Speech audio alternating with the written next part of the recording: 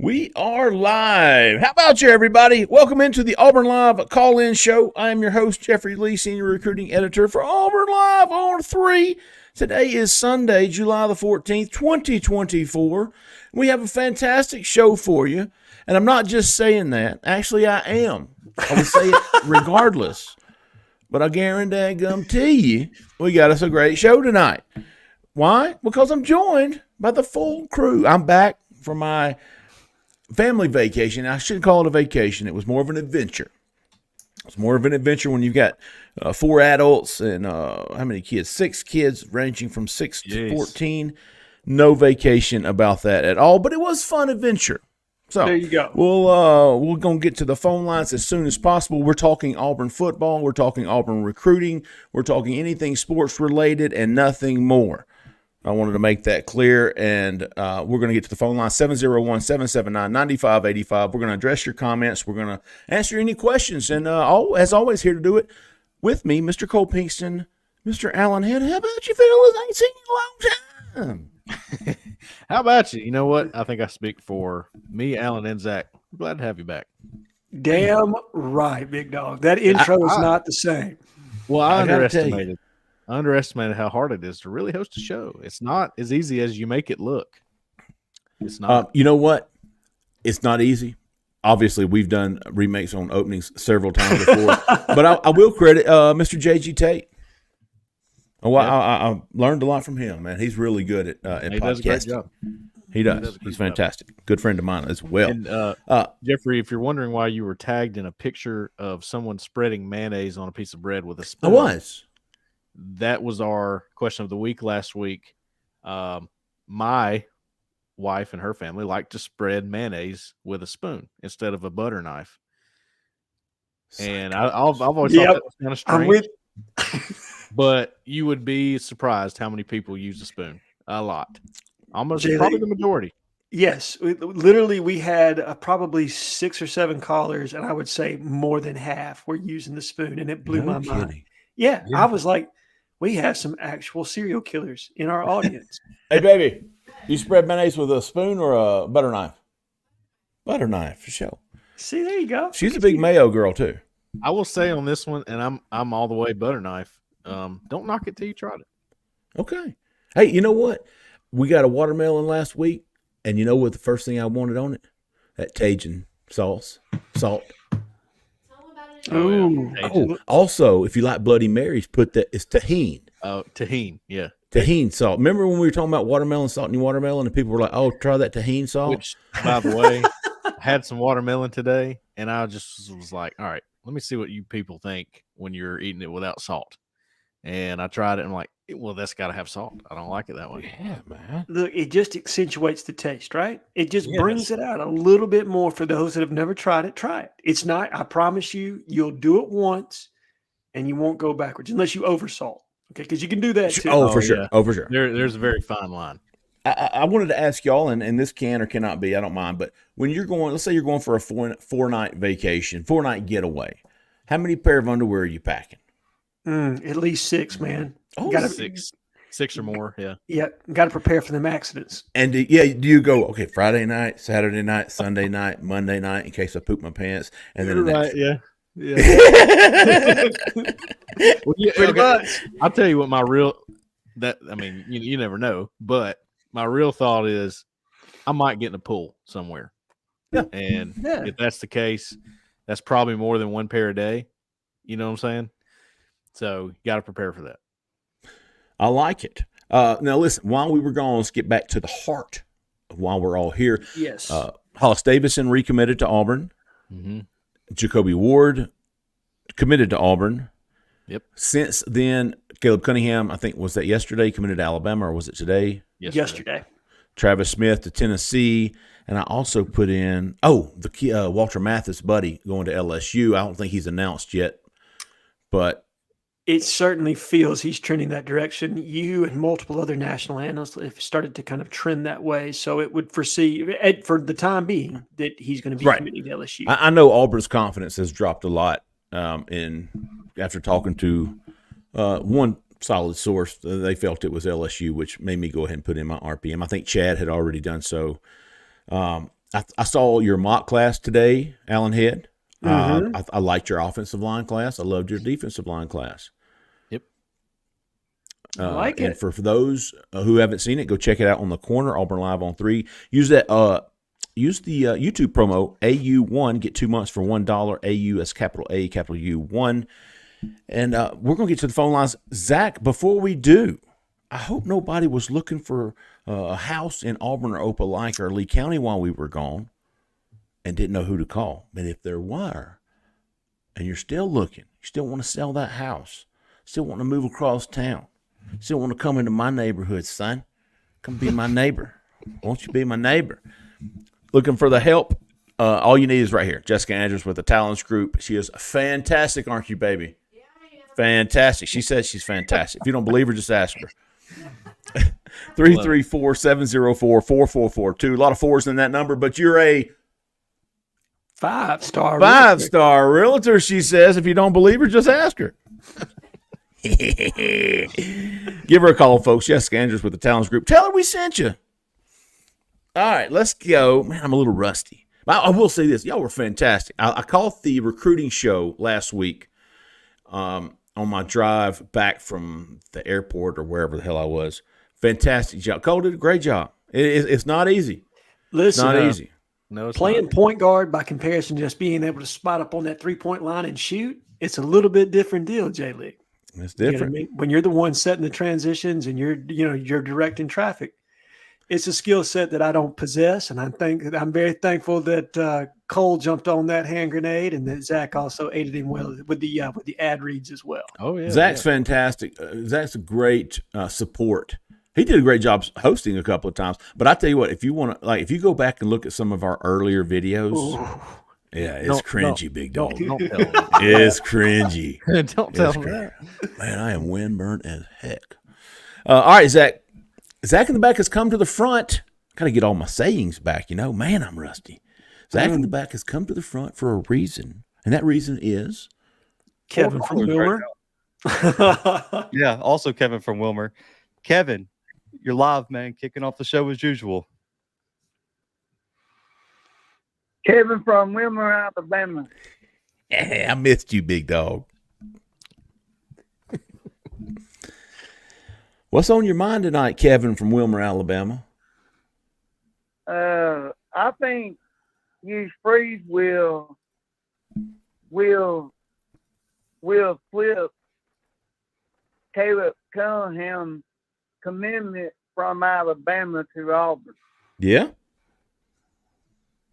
No reason to believe he can't. You saw what he did with Cam Coleman a year ago at this time. Yep. Yeah. Perry Thompson. Kevin, how's Wanda? She's doing good. Tell her I said hello. And I still think Cam Coleman will have 35 touchdowns today. Kevin's confidence is increasing since our last phone call. Brother, you don't even know. You've missed 2 call-in shows, my man. Wow. He's gone up twice. Oh. Closer he gets to the season, the more confident he gets. I see that. Kevin, let's see. I forgot who was on your 5 list, but I believe Eric Winters was on there. I think Fagans was on there. I think Juju. Alvin Henderson sure was. Yeah, I think you've got 2 out of 5 so far, and it's still a long ways to go. If you had Cam Coleman on your list a year ago at this time, people would think you were wrong. Juju Lewis still on the table, as far as I know. Mm-hmm. How about KJ Lake?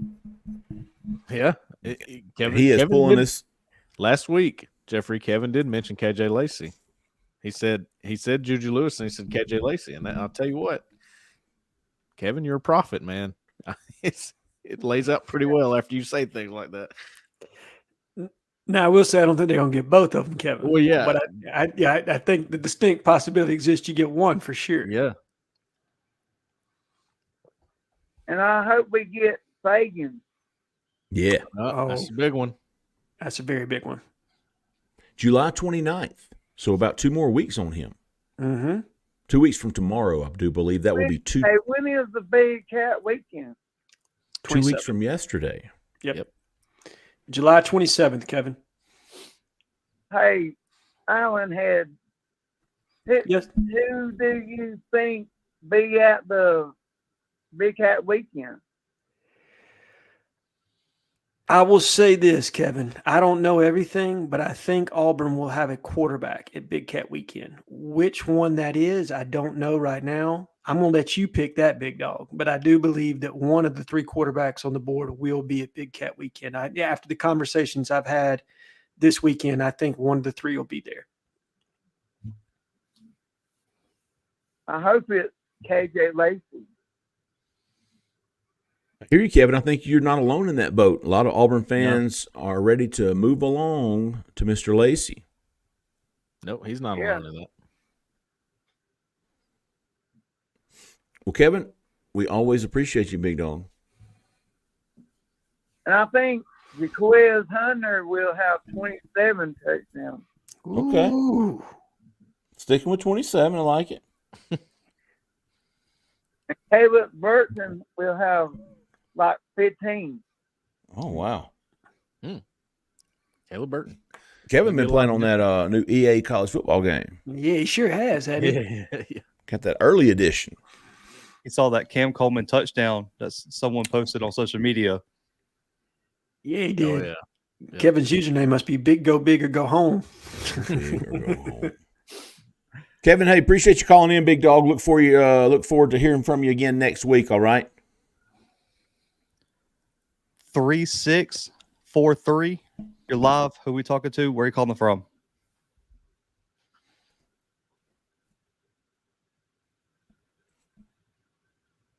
Hello. 3643. Your time to shine. Hey, fellas, this is Clay from Columbus. How y'all doing? Hey, Clay from Columbus. What state, Clay? Columbus, GA. We had somebody from Ohio on here at one point. We have. That's Stan from Ohio. Stan, there you go. Stan, yep. From Cleveland. Is Clay still with us, Zach? Nope. Wow. He just wanted us to know that Clay from Columbus exists. Yeah. I like it. Call back in, Clay. Bring it back. Yeah, 5013. You're live. Who we talking to? Where are you calling from? What's up, guys? It's Don. How you guys doing? Hey, Don. What's up? Jeffrey Lee, welcome back, brother. Thank you, Mr. Don. I just got back from vacation myself. Cole and Alan know that I went to Savannah. I mean, that is one beautiful town, guys. Savannah, Georgia? Yeah, it is. Yes, sir. Yes, Cole sir. went there. I did. The riverboat cruise, but Cole, I don't know if you saw my apology to the corner this morning or not. I had to apologize to everybody about backing out on that Twin Peaks deal Saturday. I did. I saw it, and you know what? I was trying to get to that tournament, but we had a little on-3 meeting, and that took the place of it. But the tournament is something that will be on my calendar from now on. Oh, yes, sir. But I heard last night that got back last night. I heard Hoover won it. Yep. You know what I'm but hey, Alan, on your mock class, I got a defensive back question for you. I think last year it looked like our wide receiver class was our best class. If we get Woodby and Fagans, would y'all put that defensive back class up there where the wide receiver class was last year? I don't think it has the star power that the wide receiver class had last year, because you're talking at one point 2 5-star wide receivers in that class. But I really like the depth and the way that DB class is coming together. I honestly believe Donovan Starr is going to be that. He's going to be a star at the next level. I think he's probably on the rise as an outside corner, in my opinion, within the industry. I think a lot of Anquan Fagans, and then Eric Winters is a wild card, right? You don't exactly know where he's going to line up, but he's a hell of a football player. And so they will figure out a way to use him. He's a hybrid defender that can play at 3 different levels. So it'll be intriguing to see how that all comes together. But I do think it's a very deep class that fits a lot of needs for Auburn this cycle. That's for sure. Okay. Well, one question for you guys: how close are we getting to the go for the membership drive? Oh, good question. What's our subs on our YouTube channel looking like there, Zach? I think we're about 400 away now. Maybe a little more than that. Hang on. 9.6. We are at Well, that's it. Yeah, 9, guys, I 000. still want to help you out with that party when we get there. Yeah, we're just under 400 away. Almost just over 300 away, my bad. Really? Well, 96.50-ish? guys get that before the season starts. 96.82 to be exact. Ooh. How about you? We're going to have to start planning that live podcast, We'll fellas. probably close in on that before the season starts. We'll be right We there. hope to. If you're listening and watching right now, All right, do us a guys. favor, Well, you know man. what? Go Everybody sub. to this show every Sunday night. I know I do. And congratulations on your success, fellas. I really enjoyed talking to you guys, and thank y'all very much. Appreciate you, Don Don. Yes, sir. Thank you. Good friend of the show. No doubt about it. 1028. You're live. Who we talking to? Where are you calling from? Yes, sir. This is Aaron from Fort Payne. How's it going, fellas? Oh, hey, Ron. How about you, big dog? Hey, man, I'm telling you what, it's looking good in recruiting, man. This news coming in about Jared Smith Yeah, I forgot to mention that. on 3, this prediction, I think this is going to be one heck of a defensive class, man. Looking good. Cole actually put in a prediction, I believe. Did you not, Cole? I did. I was thinking about doing it that morning. Me and Chad Simmons, on 3 director of recruiting, put it in around the same time. He was about 30 minutes before me. And you know, before that, Jeffrey, you had already said, I'm pretty close to putting one in here too. I just heard enough. This is one of those where I had a pretty good gut feel on it going in, and I don't have just like a hey, this is happening or whatever. I think it's trending that way pretty well right now with Jared Smith. Oh, yes, sir. Man, I've got a theory, man. I'm telling you, we get these 3 dogs on defense in 26. We're going to have basically half of our defense going to be Thompson boys. I'm telling you, we're going to start a pipeline from Thompson. I'm telling you, it's going to be one heck of a start with that right there with Charles Kelly and our new defensive staff. Yeah. What a shift, right? What a shift. Yeah. And I would tell you that Charles Kelly and Hugh Freeze have absolutely done work on that unit, on that school. Selma said university, Thompson University, right? But they've laid some really good groundwork there. I mean, they really have. And so it has completely changed, whereas that was Auburn, what felt probably persona non grata at one point. And now it would seem as though the tide has truly turned in that direction.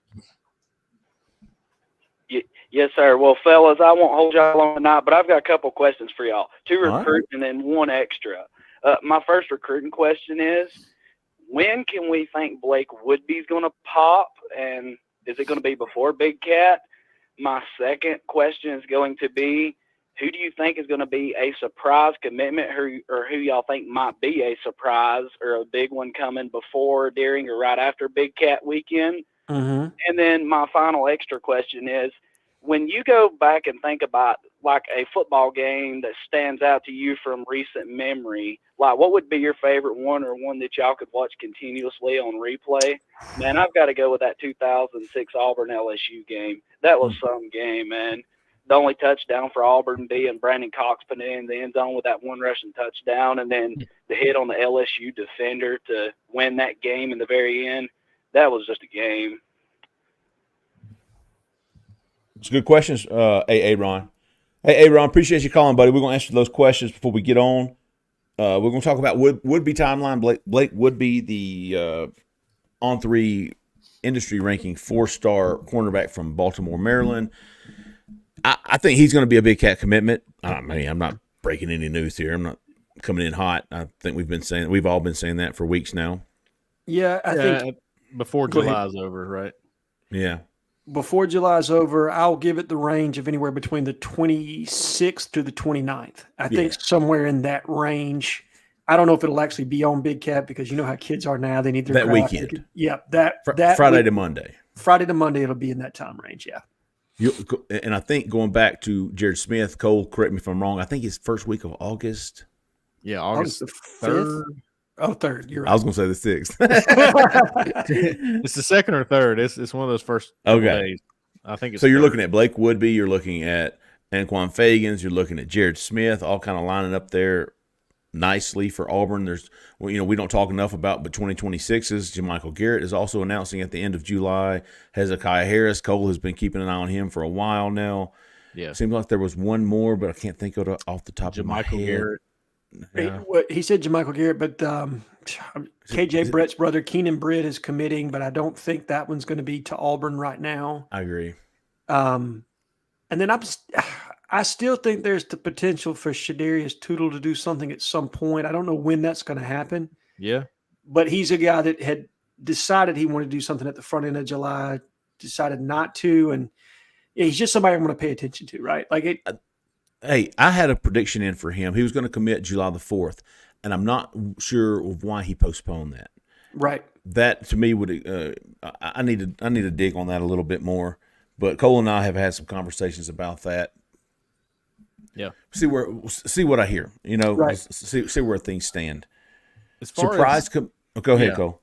As far as surprise, I think I'll just give you some names that are in my mind. I'm not saying they're going to commit, but I think they're worth watching. Is Anthony Tank Jones, who's a 2026 edge from St. Paul's. Yes, that's the other one. Tank. I mean, I'm pretty sure he'll be at Big Cat. Is he somebody they try to get in the boat then? Is it even close to that? I know he's got about 3, maybe 4 schools on his radar where he's narrowed it down. So maybe he's getting close. I don't know. That's maybe one to watch. Yeah. And I don't know if this guy will be at Big Cat weekend, but I do believe, and I've written on the board, that 5-star offensive tackle Andrew Babalola is probably going to have his day before July is over. And look, I can't help it, man. I'm not going to run scared. I know what the narrative is out there. Stanford, Michigan. What I've heard is a little bit different than that. So that's what I'm rolling with. I think Auburn's got a shot. I'm not calling a commitment here, nothing like that. I just think he's a good surprise guy, right? He's a good nominee for a surprise. Yeah. That would definitely be a surprise. It would. It would be a surprise, meaning you really had to beat out Michigan and Stanford here. And I do believe it's between Auburn, Michigan, and Stanford. Throwing out names, what about a KJ Lacey commitment? I think definitely would be a surprise, right? Yeah. I think whatever quarterback shows up for Big Cat weekend, that's your surprise. And then I'm also going to go another name because I didn't predict him today in my mock class. But if Usman Kroma shows up to Big Cat weekend, book that one. I'm going to change my thoughts there. I think Florida State and Auburn are battling to get him on campus that last weekend. And whichever place he shows, I think it's probably going to land him. Even though Georgia's the one that obviously if they turn the screws on that, everything's out the window. But this one feels more Auburn versus Florida State right now to me. I don't know about you guys, but that's what my gut feel is right now of the current landscape. If that's the case, then I like Auburn's chances. I was just about to say the same thing. I would pick Auburn in that head-to-head. It's possible Florida State could win out there, but I know how much Auburn likes this guy, and I think that's important in this situation. Obviously, I wrote today that Georgia, if they were to make a push, I'm with you there, Alan. I think that would be tough. But I do think, though, Auburn could beat Georgia, too. If Georgia were going to make a push, it'd be done by now. Yeah. And let me say this. I think he's a take at Georgia. I do. I do, too. The difference between being a take and somebody that they are just pressing, I think, are completely different. And I cannot get a feel on that, guys, as far as how hard they're going to press on him down the stretch. That's the other uncertain part of this for me.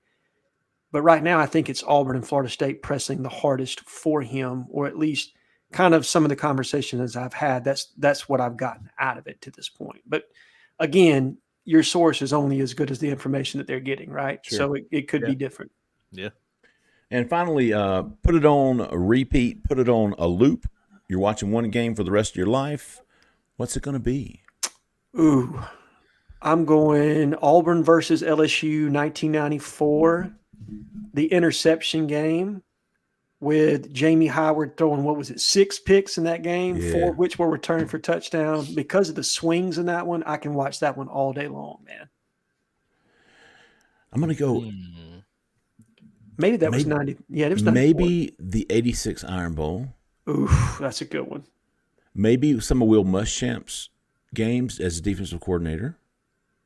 The LSU game comes to mind. Mm. Yeah, but I mean, growing up, man, Lawyer Tillman, the reverse. Yeah. That was the 89 Iron Bowl. There you go. You go. Done deal. There you go. I mean, like that one will forever, dude. Yep. There you go. That's my answer. Give me the Cam back. Oof. Oh yeah. 2010. Look, anytime the game starts with son of a preacher man playing, you know what I mean? And then he ends up icing it at the very end. Yeah, man, yeah. I can watch that one. Zach, who I gotta know what yours is. Probably the 2019 Oh, really? You talk about the swings in that one? Oh, yeah. What did he say? I lost him. 2019. Iron Bowl. Deshaun Shivers hit. They missed a field goal late. Jalen Waddle had, 4 touchdowns that game? He was nasty in that game. He might have been the best player I saw play in person. I mean, because I was at that game. And, I mean, he was so fast that we just had nobody who could keep up with him. But then we had the pick six with Smoke Monday in that game too. Who was the linebacker? I was going to say Jacoby McClain. Bro, Jacoby back. Remember, you had the kick six, and then they were calling that one the pick six, which is great. Jacoby was about on the E when he got to the end zone on that one, man. Yeah, man. It was good. That was a good 2004 was good. Yes. I mean, the obvious answer here is 2013. That's the obvious answer. Yeah. I don't know. I think the obvious is 89. Well, for us old heads. I'm with you, Jeffrey. Yeah. Nothing will ever be better than 89, in my opinion, just because Alabama was the number one team in the country coming into that game. First time ever. Paper shaker still in effect. Another one I like a lot. I was there, and I was just remember it. I'd love to watch it again. I might do it pretty soon here. The Auburn, Missouri SEC Championship game 2013 was a great one. I thought you were going to say Auburn, Missouri 2022. That's one I don't ever want to see. I don't ever want to see a clip of that one again. Or those two games in 2017, especially that Georgia game where we put up 40 on Kirby Smart. Jeff Holland went insane in that game, and Stidham probably played his best game in Auburn uniform in that one. You know, Aaron said 2006 LSU. Was that Muschamp? Yes. It was, wasn't it? It was. So I'm with you, Aaron. Good stuff, big dog. Appreciate you calling in, man. Get us back to the line there, Zach. 2246. You're live. Who we talking to? Where are you calling from? What's going on, man? Look at this guy on the job tonight. Yeah. Is that Kid Country? Job, man. Hey, I have to be on my job, but I never know when other people ain't on the job. So, you know. I hear you, Edward. I hear you. I just got a bruised rib from that shot I just took. So I have to be here just for backup purpose. How you doing, Mr. Jeffrey? Hey, I'm doing fairly well, Mr. Edward. How about yourself? I miss you, man. Man, I miss you. We were talking about you the other day. You know, Cole, I can watch that Cam back, man. I can watch that. Yeah. I go on YouTube and probably watch that at least probably once a month. Right? That's one of my favorite games to watch. That along with the Pam. With the Florida team that we beat. That was. Oh. And what year was that? 07, 06, 07? Ooh. Now you talking about when we had Urban Meyer coming in? Yeah. That was 07. The national championship that we beat. Yeah, that was 07. Was that Wes Byram doing the Gator Chomp after? That was 08. Oh, yeah? Byram did the Gator Chomp in 08. 07 was that at Gainesville? Yeah. Yes, that one was at and he was a freshman. Wes Byram was a freshman. And he had to make 2 field goals. The first one, Meyer called a timeout. Yep. 07 was the one where your boy blocks the punt, and then Trey Smith takes it and flips into the end zone. That was a good one. I always think of Antonio Coleman in those defenses. Oh, he was something else, man. I think it was Antonio Coleman and Quentin Groves both getting off that night. Yeah. Oh, yeah. Cute. the year when we started a bunch of freshmen on the offensive lineman. Yeah. The offensive lineman and beat Florida, man, that was awesome. Was it Chaz Ramsey, Ryan Pugh, and Lee Zimba? Three true freshmen. The beginning of, when you think about it, that was the beginning of what Cam was able to do with that offensive line. Because all those same guys now. Oh, yeah. Was on that 2010 championship game. So that experience, they got thrown in the 5 of freshmen. And we look back at it, how crucial was of Tuberville just to say the hell with it. I'm from the road with a bunch of young guys. And it paid off in the end. Maybe not for Tuberville, but all of those guys, that was Cam starting. That was his offensive line. Sure was. Yep. Both of those guys were team captains. That was back when you had to develop talent. Yeah. Not buy it. No, you couldn't go to the portal for that. Yeah, I was calling though, man. I listen to everybody who does Auburn content. And all of y'all, I got to say, everybody does a hell of a job. From Blackerby, that's my morning listen now. He on the evening. I listen to him morning, listen to him evening. Of course, I'm with y'all guys. War Report, my guy Charlie Five, Jake Crane. I listen to a little bit of everybody who's doing Auburn content. And, sometimes y'all guys, y'all have to play it close to the vest because, you want to be respected in your opinion. Sometimes you may want to say, but you don't want to go out on the ledge and say. But I still say, back to the conversation I had in my last call, I think this is Auburn season to really surprise some people. All the elements to start up. You got 8 games inside of Jordan Hare Stadium. Your 4 Texas games is probably going to be on the road. But I'm still saying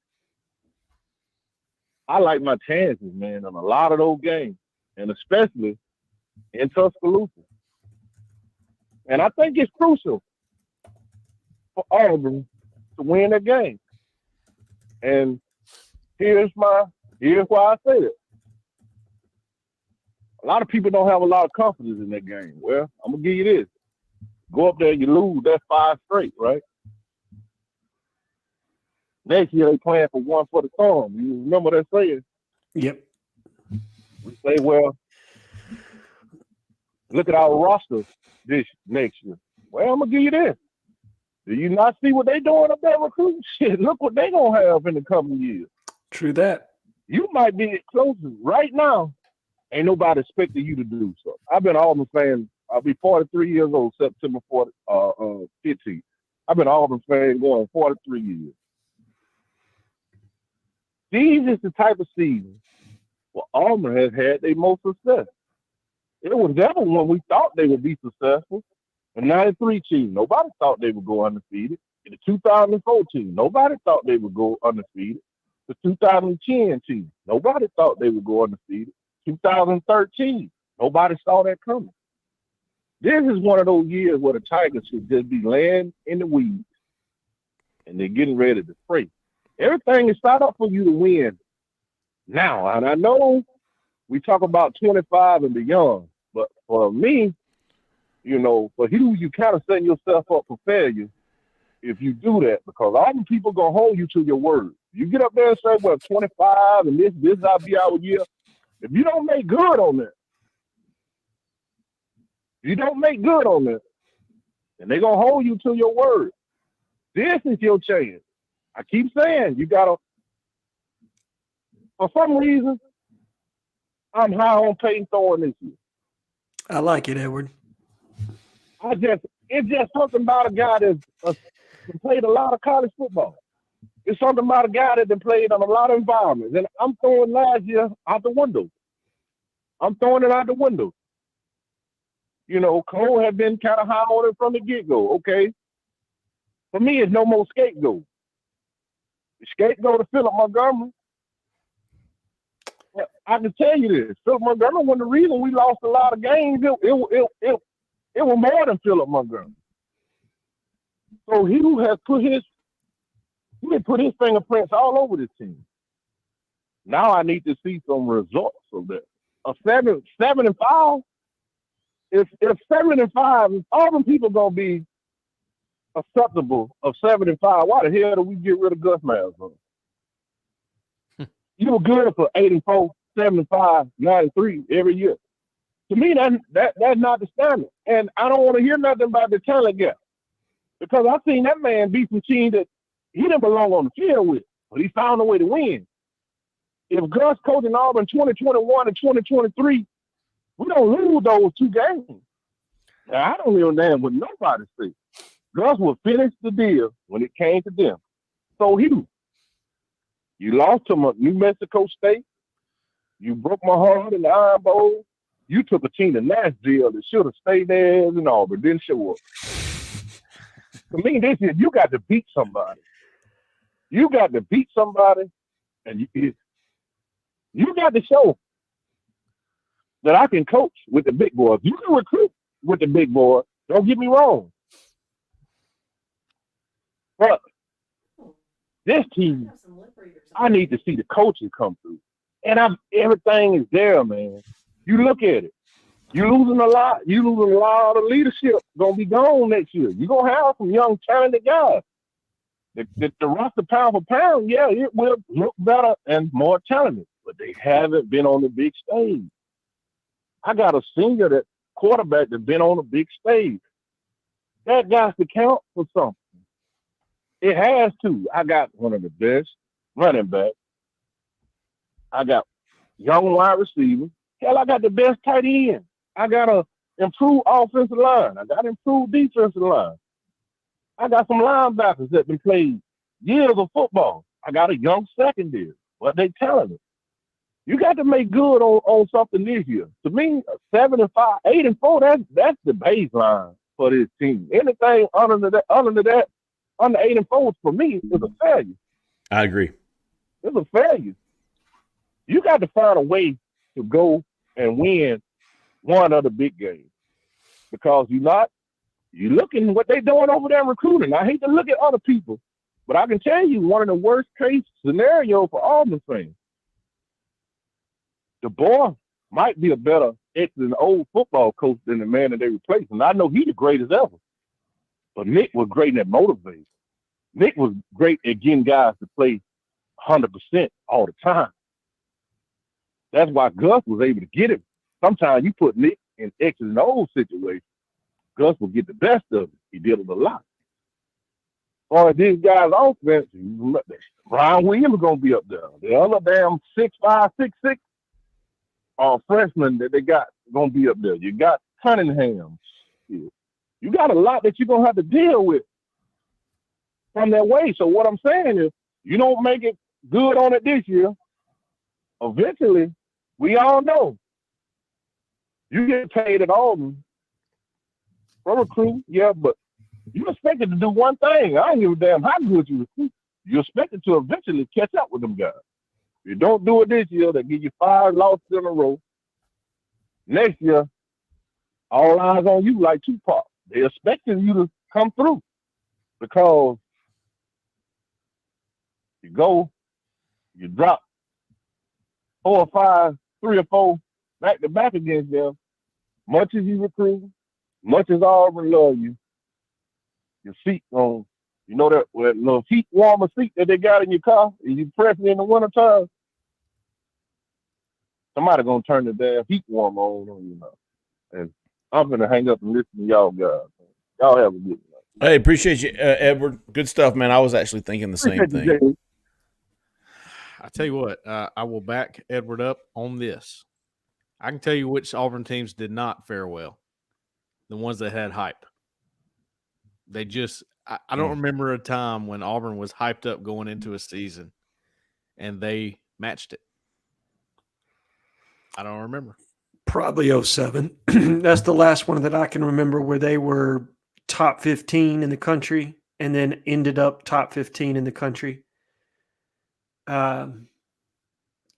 So that's a long time to have not played up to expectation when you've been expected to be the better team, right? Yeah. Let me ask you this. Knowing what we know right now, we don't know what injuries will occur, but as it stands right now, I'm with Edward. I want to know if you guys is 7-5 a disappointment? It's not a disappointment for me. Okay, I wouldn't go that far.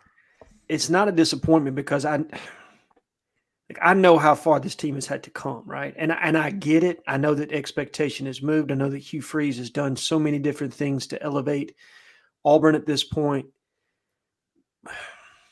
And I think 8-4, hell, 9-3 is doable. Like, I honestly believe that if everything breaks the right way, you can get to 9-3. I think there's enough talent on this team. The thing for me is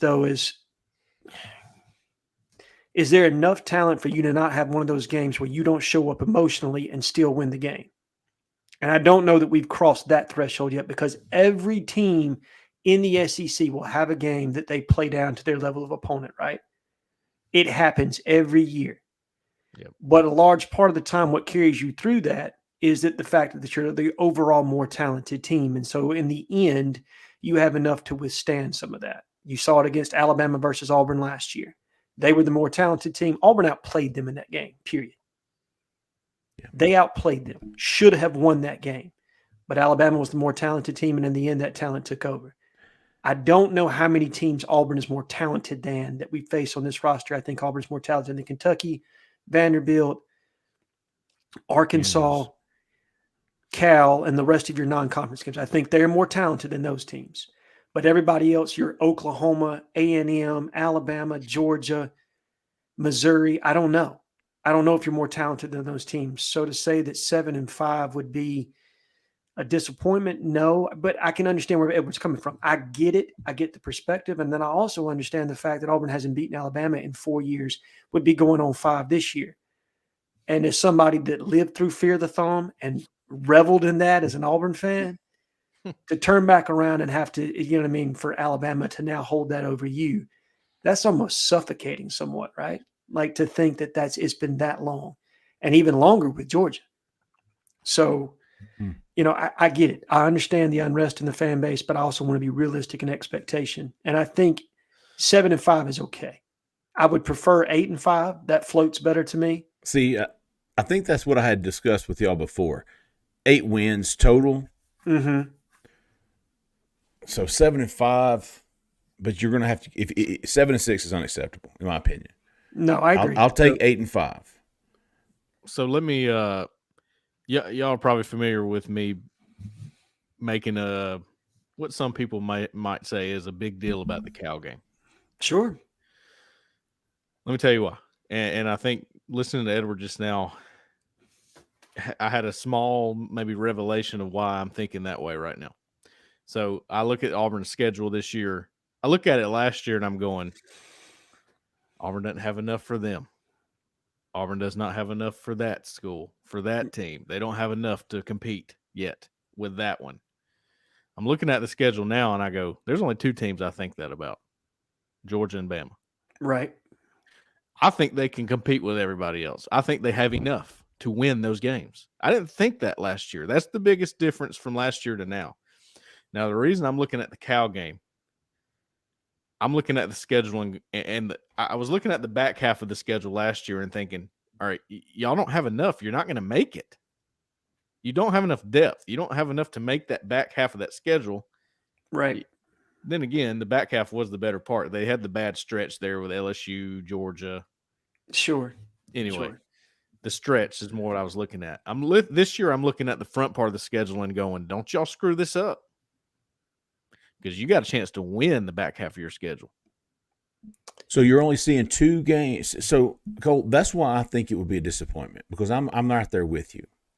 I would be disappointed in the season if I'm an Auburn fan if Auburn finishes with more than 5 losses. Let's put it that way. Forget the wins. Let's say more than 5 losses, to me, is unacceptable because of that. And it would be a disappointment. No, that's fair. 7-6 to me, that's disappointment, period. 6-6, disappointment. You know what I mean? Like, I think we're better than that. Look, if the line is 7.5,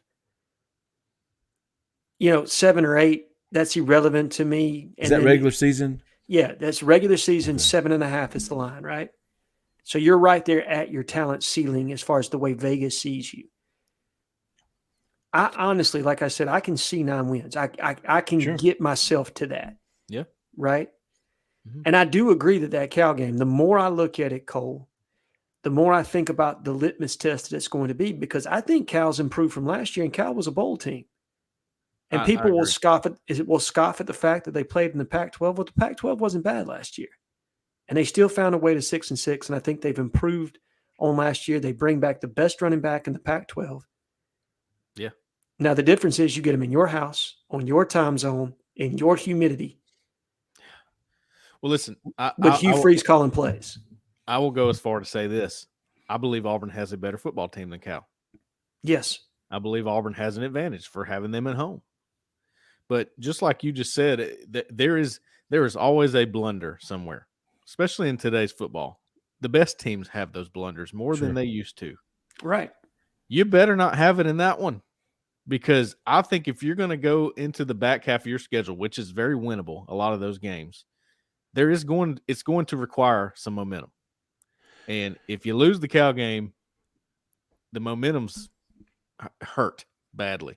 Sure. You're limping into some of those games with clouds over your head from Auburn fans, from the outside media, and you just can't handle that. It's you don't want to go, you don't want to be there, is all I'm saying. And that's why the Cal game bothers me. Good stuff, Edward. Got us talking, big dog. Always appreciate you, Zach. What you got for us? 6004. You're live. Who we talking to? Where are you calling from? Hello. How about you? What's up? What are you wearing? You guys. Who we got on the phone tonight? Oh, how you doing? Xavier, calling from Atlanta, Georgia. All right. How about you, Xavier? What's on your mind tonight, big dog? How you doing? How you guys doing? Nothing much. Pretty much just calling. Want to talk about some Auburn football. We like that. Live, but can you guys hear me? Yeah, man. Yes, sir. Yeah, I definitely agree with Cole though. I had like two statements pretty much. The first one was pretty much Auburn's chance of beating Oklahoma. I pretty much honestly believe they can do that if they come into the game 4-0, of course, and the offense is scoring and everything. And second was just wide receiver recruiting for 2025. It's kind of like scarce right now. We're in a wide receiver drought. I know our defense is looking pretty good and everything.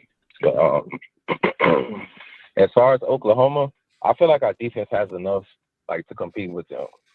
And they have a young quarterback. And from watching the film against Arizona, I don't think they'll be able to keep up with our defensive line and McLeod, the linebackers and everything like that. Although we do have a young secondary, so we'll have to definitely get some pass rush on them. But he threw almost 6 interceptions. And I know our DBs can catch interceptions, so that's the least of my worries. But and I wanted to know what did you guys think about that though, and as far as what we're doing for receivers, because I haven't really seen anybody kind of check in the box or anything for us for this year so far. Yeah, 2 great topics there, Xavier. Hey, appreciate you calling, man. Don't be a stranger. Let's see, Auburn, Oklahoma.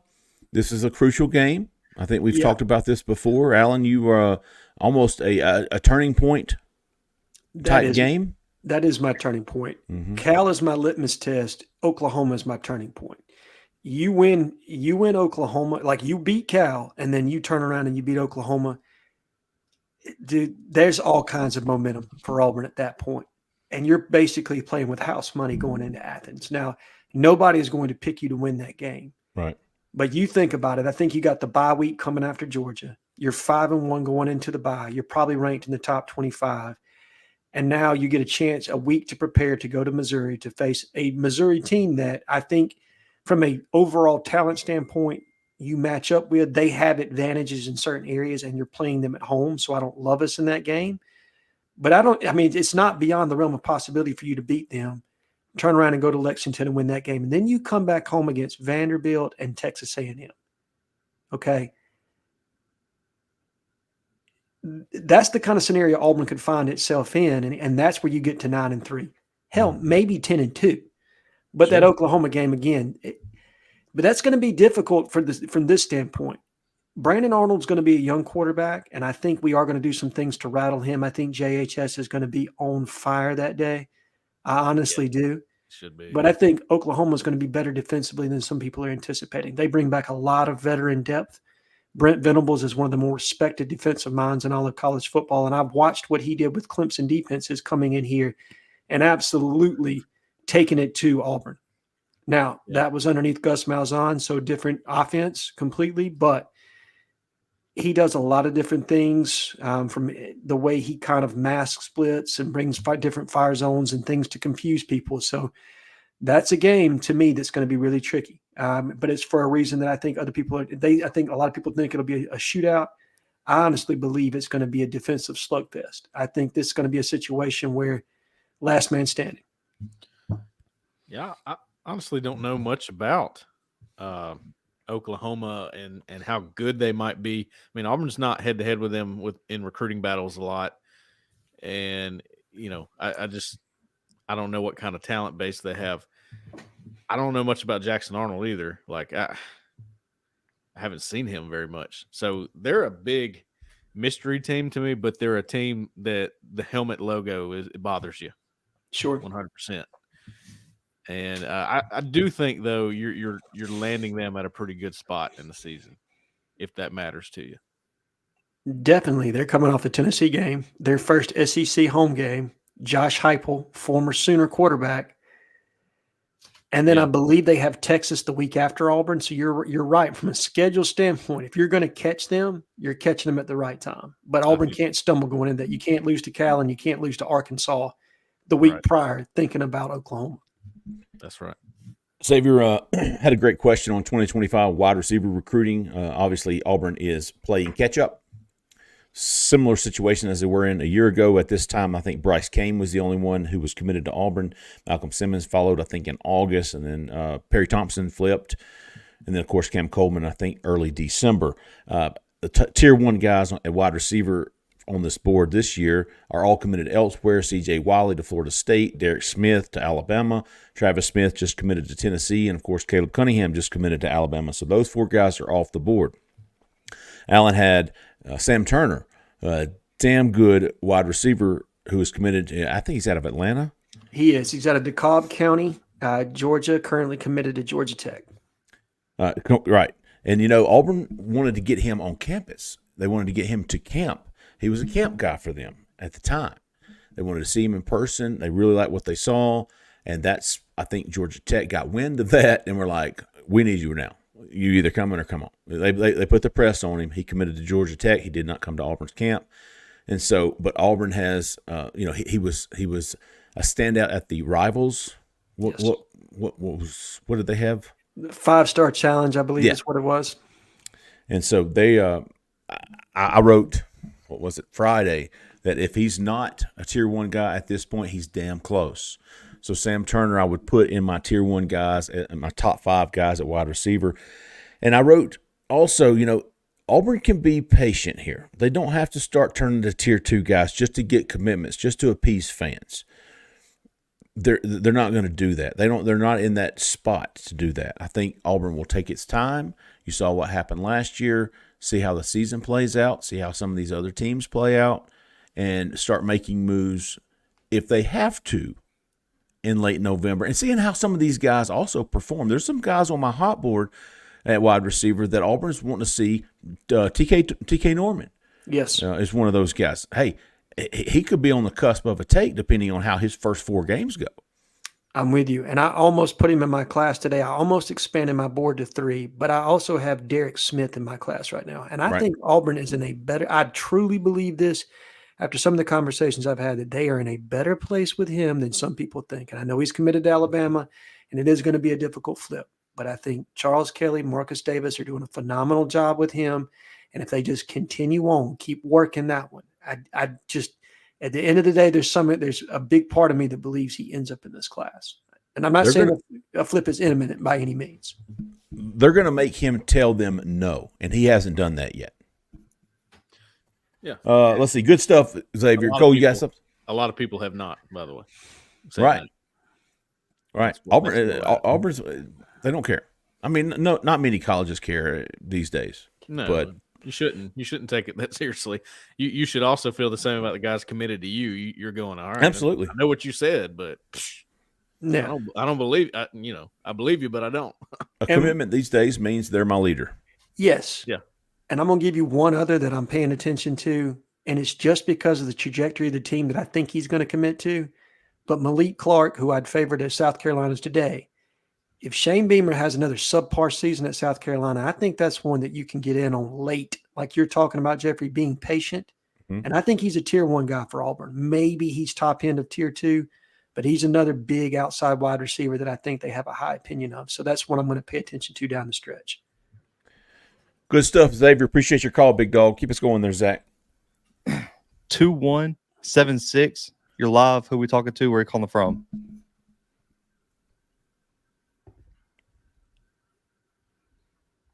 (2176). You're live.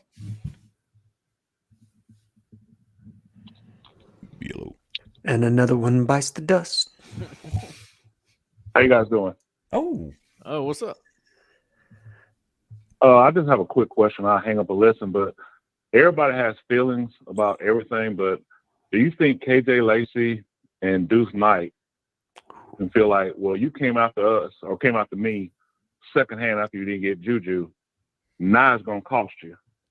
And, everybody has feelings about, being second fiddle about everything. And I just want to get y'all feelings about that because they might feel that way. And they say, well, if you want me now, it's going to cost you even more now. And I'll hang up and listen. Hey, hang on. We didn't get your name or where you're from. Oh, this is Thomas from Helena. Thomas from Helena. All right. Hey, great question, Thomas. Appreciate you calling in, man. It's a question we've gotten a lot. Okay.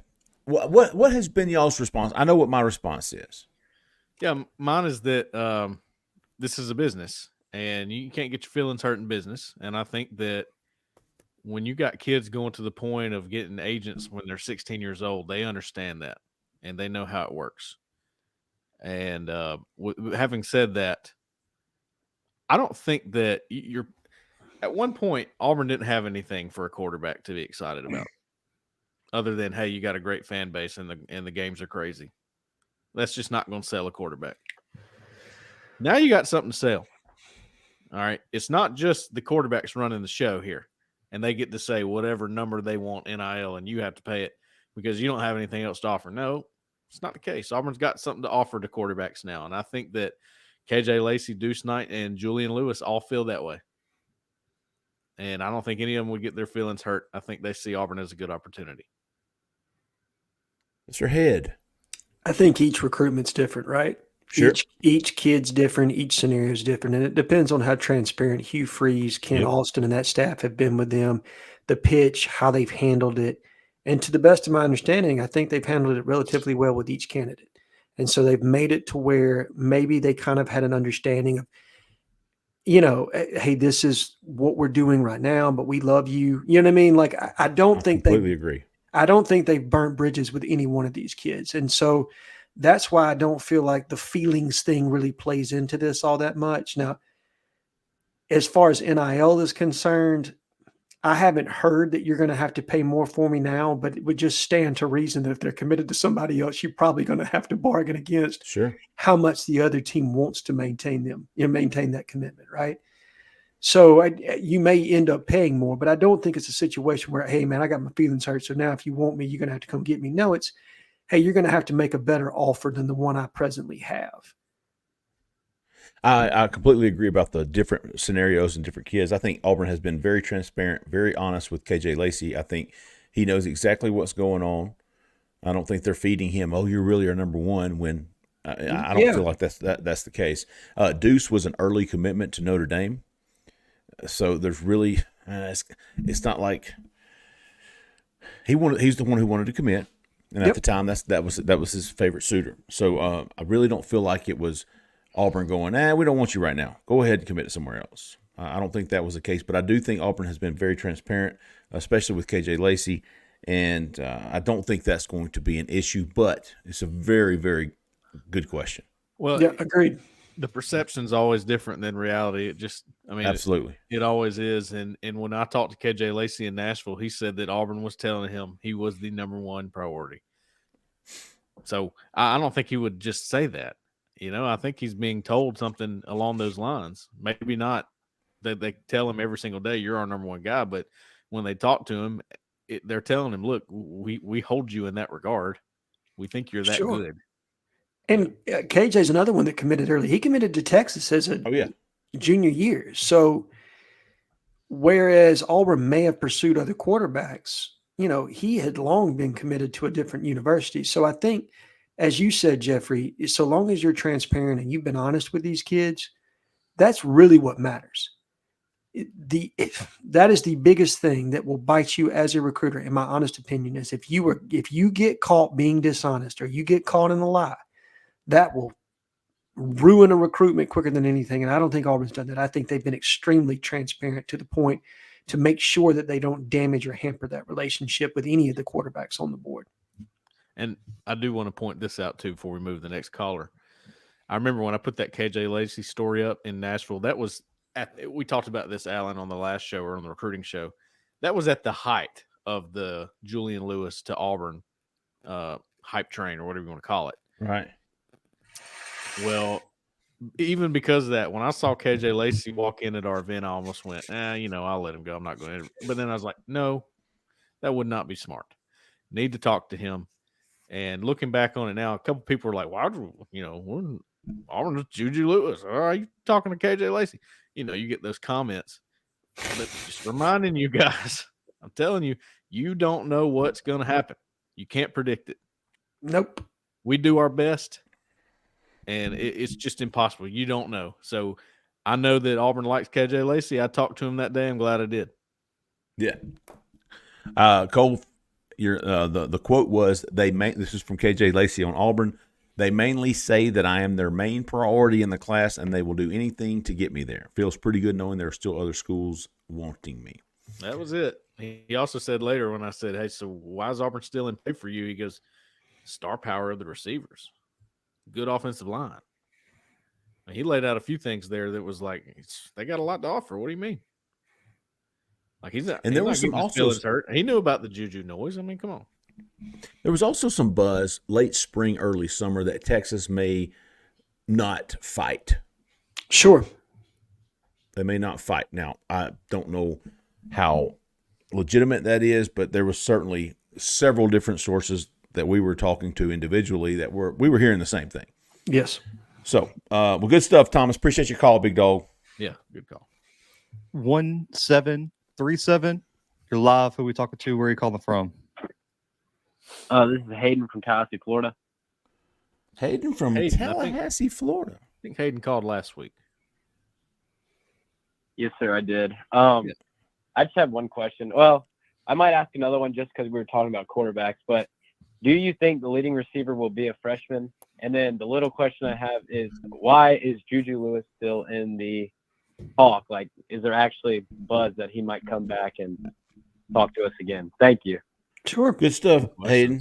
Good wide receiver, true freshman, leading wide receiver, Keandre Lambert-Smith. Yeah, Rivaldo Fairweather, Cam Coleman. Cole, what'd you say? I say no. The question, is a freshman going to be the leading receiver? I say no. Well, let's define leading receiver. Are we talking yardage or receptions? I was thinking yardage.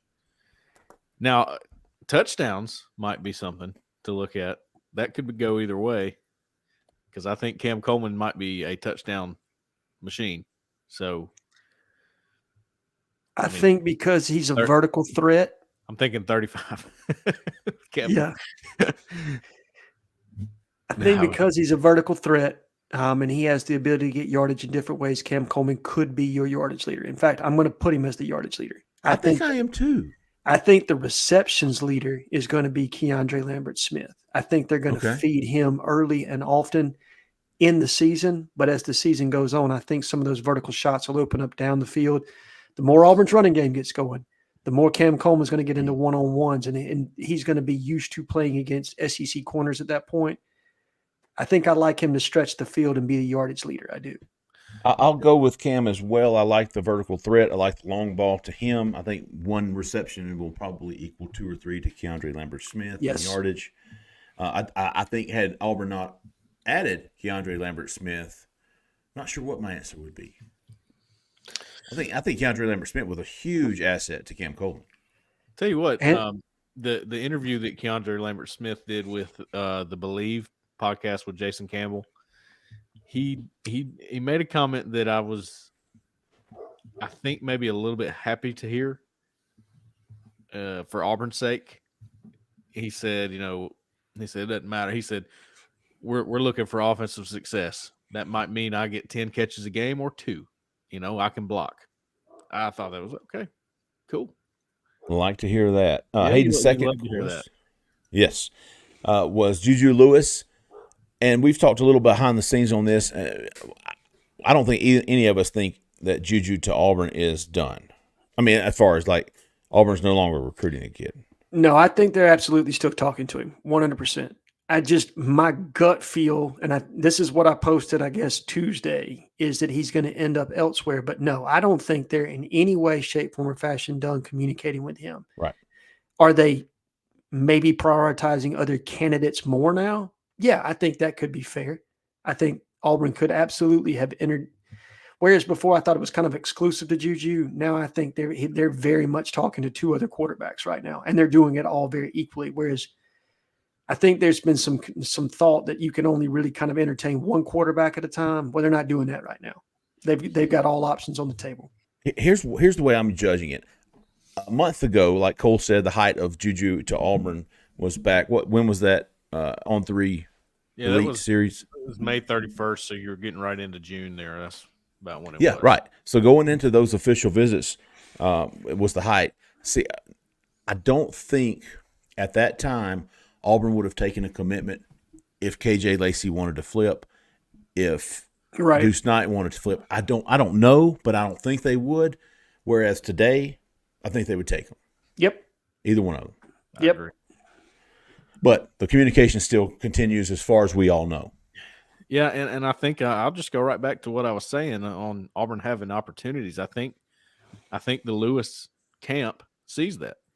I think that's what keeps them in communication with Auburn. Yeah, they want NIL. That's what it is. I feel pretty confident in saying that. But I don't think it's ever going to leave their mind that we need to go somewhere that's a good opportunity too, because that can equal money too. We talked about that the long other day. term. Yeah, so I think Auburn's still in consideration for them. I don't think that's going to change, but I definitely agree with y'all that Auburn putting a lot into some other guys. Yep. Yeah. Jeffrey, I think you nailed it. I think before, I do not believe that any other quarterback was a take beyond Juju Lewis. Once Husan Longstreet committed to Texas A&M, because that was the other guy, right? That was the turning point right there. That was the turning point. And then Auburn turned full scale into Juju, and now I think they would take any one of the 3, and I don't think they would bat an eye at it. I don't even think they go back to Juju and say, hey, we got one that's ready to commit. What do you want to do? Mm-hmm. I think they just take it and be done with it at this point. Totally agree. Completely. Good stuff, Hayden. Appreciate you, big dog. I believe we got Anthony from Montgomery here. Fellow, Anthony from Montgomery. What's up, buddy? Hello, fellow. How y'all doing tonight? Fantastic, big dog. How are you? Doing pretty good. You enjoyed yourself while you were gone, Jay Lee? I did. 10 years from now, I will look back on it and have wonderful memories on it. I'm still not there yet. Looking like John Candy in the Great Outdoors. There you go. You gotta take them days off and recharge those batteries, man. Yes.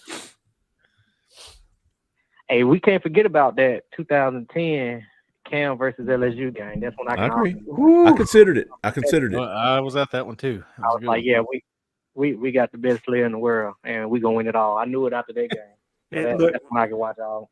What, he'd break ankles on about the 45-yard line and just kept on going, man.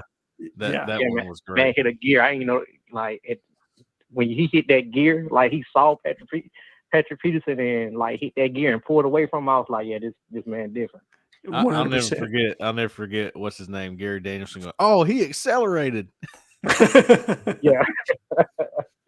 Yeah. But this I wasn't gonna call, but I was listening to the show, so I wanted to say call and talk about different things that have been said tonight. We're not losing to I said this earlier, we're not losing to Oklahoma. They come into Auburn for the first time. Their first road game, Jackson Arnold gonna be his first road SEC game. We're not losing that game, I'm telling y'all. Lock that in. Auburn not losing. That game is gonna be crazy. That is like probably outside of Texas A&M, it's gonna be our biggest game of the year where everybody's gonna want to be. It is. It's gonna be wild. It's the biggest home game. Crazy. We're not losing that game. A lot of recruits. This is my bold prediction, and then I want y'all bold prediction on the season. 8-2 going into Texas A&M game. We're gonna drop it, and then we're gonna turn around and beat Alabama in Tuscaloosa, and we're gonna finish 9-3.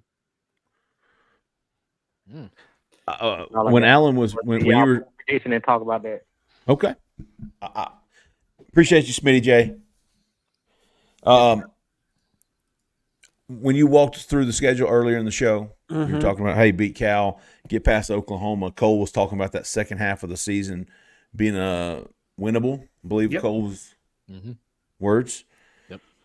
You had Auburn at 8-2, I believe, at one point. Yes, just like Anthony did. Yep. With Texas A&M, Alabama, were those your last two? Yes. Win one of those two, get to 9-3. Yep. If you're Auburn and you're able to go into Tuscaloosa and get that game. So you talk about my mock class today. Maybe it changes the dynamic in that one, but I certainly think it changes the dynamic in the 2026 class, right? I think you've got all kinds of juice going into 2026 in the portal cycle at that standpoint, and you're able to kind of put a stop on what Alabama has been able to create in recruiting and then also on the field with success. And that is a huge turning point for this team. The second that Hugh Freeze can turn around and say, sell success on the field, or what we would call proof of concept, that's a turning point for me right there. You think about it, I think, what was it, 82 that Bo Jackson goes down the sideline and is able to beat the Bear for the first time. I think Auburn finished, 8-2 that season? No, 9-2. Ended up going 9-3 and losing the bowl game. I think you're still playing 11-game schedules at that point, but I think that's 82 because 83 was the year they beat Michigan in the Sugar Bowl. So that was the turning point. If Auburn can get this one this year, that changes momentum in the state. That's huge, man. That's absolutely huge. I don't know that they can do it, but if they can, whew. Jeffrey, I want to hear y'all's. I want to hear y'all's bold prediction. Bold prediction. Zach, I want to hear yours too. I could get them on paper to 10-2. Okay. Bold prediction being the ceiling. Yeah. Right. I know Kevin's got them at 12-0. I'm not there yet. No. Bold prediction from me. You beat Oklahoma and Missouri this year. I think you stand a good chance to beat Oklahoma at home. I think you catch Eli at the right part of the schedule, and you get that one. Now, I think you also probably drop Kentucky the next week. I think the biggest holdup with me is we hope Peyton Thorne is better, right? Yes. What have I seen that makes me think this kid can lead a team to 10 wins? I'd have to go back and look at his Michigan State film. 6,000 yards. 6,000 yards. Hey, it's 8,000 now. Oh, yeah. Michigan State 2021. That's the last time he won 10 games. They went 10-2 in the regular season, I believe. Another interesting quote from Keandre Lambert-Smith. The question was, what gives you excitement about the offense, or what makes you believe the offense can be good? He goes, I think Peyton Thorne. He's a Big Ten guy. He already beat us at Penn State. Yeah. Just said it really nonchalant. And I'm like, oh. Well, I think there were other quotes from that interview that gave me a lot of, and maybe there were things I already knew, but he talked about the way Peyton has prepared and the way he gets guys, to the extra throwing sessions, the way he's kind of being a leader in the offseason and conditioning workout and with the veterans practices or the captain's practices and everything that they're doing. And when a guy is that bought in, and Hugh Freeze is also the play caller, and you've got that communication piece in his ear. So it takes the decision-making part of it out, which I thought, yes, in the RPO game, I thought he thrived, but I thought some of the other things that there were some bad judgment calls on his part as far as where he decided to go with the football. I think Hugh Freeze is going to be able to narrow that down for him pretty quick to about 2 options as opposed to running for the full 5. He's going to say on alignment alone, hey, kill 1, 2, and 3. Make sure you're looking at 4 and 5 and watch the hot so that he's able to kind of process things even quicker. And if he does that and he's more accurate this year, if Peyton Thorne can get upwards of 65% accuracy or completion percentage, throw for 2,800 plus yards, I think Auburn can absolutely be an 8-4, 9-3 type football team. I firmly believe that. But the volume's got to be there to do it. Hugh's going to have to trust him too, because they didn't trust him last year. And look, maybe it was they didn't trust him. Maybe they didn't trust the wide receiver core. Maybe they didn't trust the defense. So I did do the math when someone asked that question. So 140 less pass attempts than he's had. 12 games. That's 12 passes a game they didn't give him. Wow. That he's used to having. Yeah.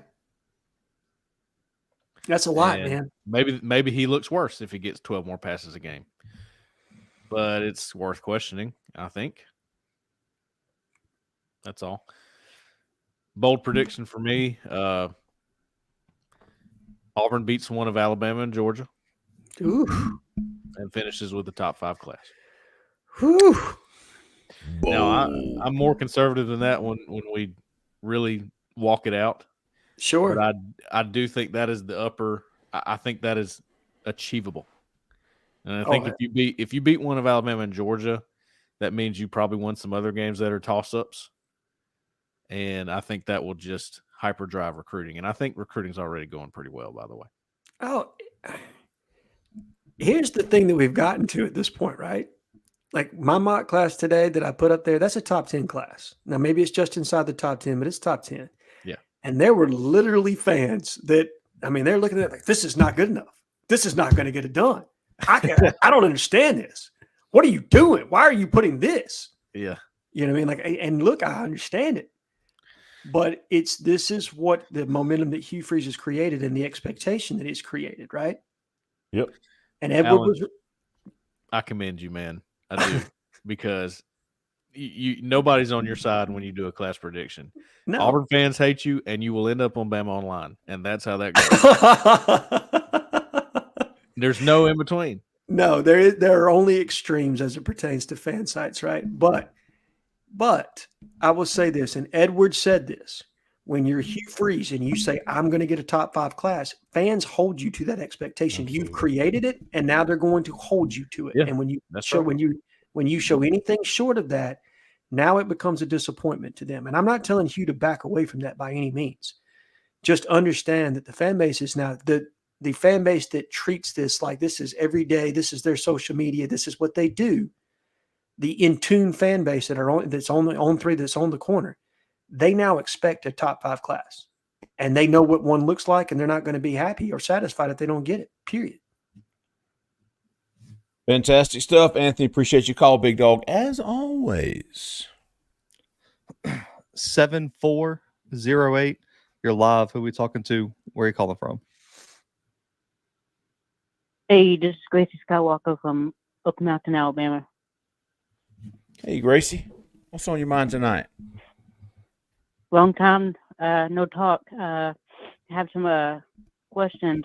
Do you think when we do find a quarterback, would Cunningham flip? And you think the situation between due to not leaning towards Auburn is mainly his dad being in the way and not letting due to make his own decision. And my bold prediction is that I think we go 10-2. We lose to Georgia and Missouri, and we beat Alabama, and we get a top 5 or top 3 class. I think we out-recruit Alabama this year. Okay. First question, we'll hit it real quick.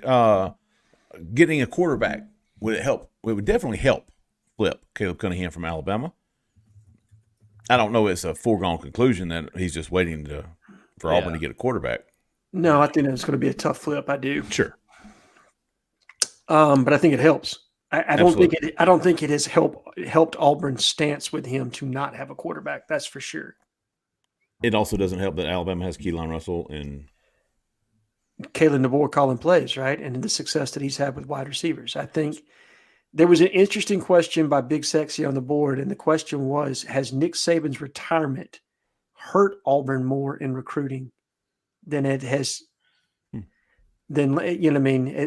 Kalen DeBoer coming on and him being able to sell his offense? And I think to a degree he has a point. I think he does. I think he definitely has a point as it pertains to Ryan Williams, and I don't think there's anybody on this panel that would disagree with that. Absolutely. No, I think from an NIL standpoint, there was a big shift. Personally, now maybe that would have happened with Saban or not, right? I think NIL for them was going to shift regardless, but I do think that certain offensive prospects that I would have thought Auburn had a better shot with that Alabama's been able to get him with quicker because DeBoer is the head coach. That I do believe there's something to that. I do think his offensive prowess is, it's something that Hugh Freeze can't necessarily combat right now because he's been able to show it on the field and get a team into the playoff, man, into the national championship game for that matter. Good stuff. Makes sense with receiver, right? Yeah. Probably the biggest impact. I think so. Yeah. I mean, the receivers want to play in that system. Unless you think about Duke Smith, Ryan Williams, and Caleb Cunningham, 3 guys that Auburn went head-to-head with DeBoer. Auburn's 0-3. Yes. To this point, 0-3. To this point. All right, Gracie, good stuff. Appreciate you calling in. Zach, finale. Yep. 5202. You're live. Who we talking to? Where are you calling from? How about you fellas from Niceville, Florida? Oh, it's that. Darren. It's that guy again. That guy again. Hey, Jeffrey Lee, they did a great job. Enjoyed it, listened in every day, Wednesday, Sunday, both. They just not at home. Alan Head, how about Coffee County in the house? How about you, big dog? How you doing, brother?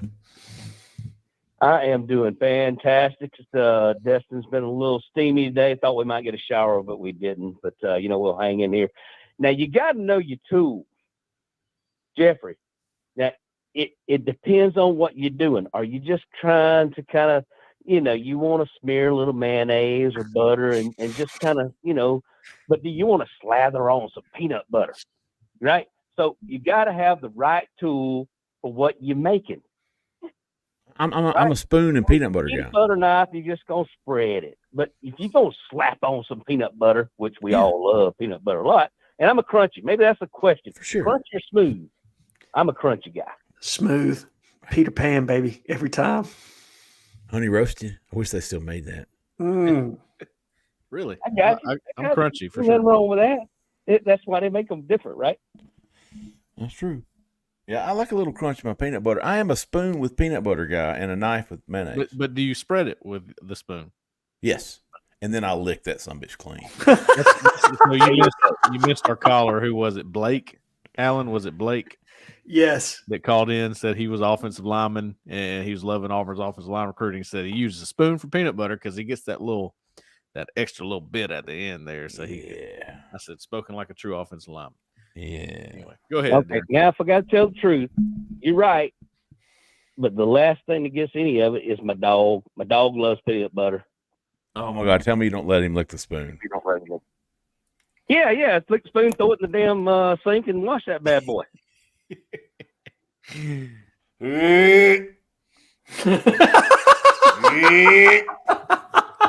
I knew that was coming. Jeffrey is a hygiene guy, so Dude, I use plastic spoons to stir the dog food. Would you rather be bit by a human or by a dog? What's her name? Oh, that's good. Oh, left hook. That was a Tyson uppercut to me. Oh, goodness. Hey, y'all, Jessica's great in job. earshot. I'm kind of like, Ellen, I agree with Cole. You can't win in that situation, but you do a great job. Stay with it. Everybody on this panel is really good. Zach in the back, thank you very much. And I just want to say, great job, everybody. I enjoy it every week, and War Damn Eagle, y'all. Appreciate you, Darren. Thank you, Darren. We really appreciate you, big dog. Darren. Man, fantastic roster tonight for my Welcome Back Cotta show. My welcome back collar show. Collar. Well, I'm hitting it on. I know that reference. I'm not too young for that. Yeah. Let's see. Kevin from Wilmer got to start it off as usual. Hell of a leadoff hitter. Clay Columbus called in just to let us know, hey, don't forget about me. I'm around. I'm around, big dog. Hey, I'm Clay. Oh, Don and A.A. Ron. Edward from Selma calling in with a fantastic call. Xavier was fantastic, too. Xavier from Atlanta. Thomas, Hayden, Anthony, fellas. Gracie, and then to end it, Mr. Darren from Niceville, Alabama. One of my favorites. One of my favorites. Yeah, I like old Darren. Although I do think the Florida people would allow Alabama to claim Niceville. 100%. That whole panhandle, man, all the way over to Pensacola, I think they'd let you claim it. I mean, about as Alabama as you get. That's Auburn Live territory, Niceville. Look, you ever been to Marianna, Florida? That is as South Alabama as you absolutely get, brother. Oh, all right. We're going to end it there, folks. But before we go, want to make sure we're looking for the 10K subscribers on our YouTube channel. You're looking at it right now. All you have to do is go down there and click that subscribe button. Turn on notifications so that you know exactly when the videos are being released, our podcast. We will be back Wednesday morning for our recruiting show. And then we'll be back next Sunday for the call-in show. And don't forget, if you're looking for a house in or around Auburn, Opelika County, you need some help finding someone, getting something sold, look no further for the help you need. Miss Jessica Andrews with the Talents Group. Give her a call, 334-704-4442. Tell her we sent you. She's a five-star realtor. My bad, big dog. My bad, baby. Also, Auburn Live, 2 months for $1. Use the promo code AU1. That's AU1, capital A, capital U1. 2 months for $1. Can't beat it. It's like a cute puppy. Use that promo code. Get signed up. Join us, man. Appreciate everybody listening. Appreciate everybody watching, man. For Cole, for Zach in the back who came to the front. For Alan Head, I'm Jeffrey Lee, man. Y'all stay out of that left lane. See you.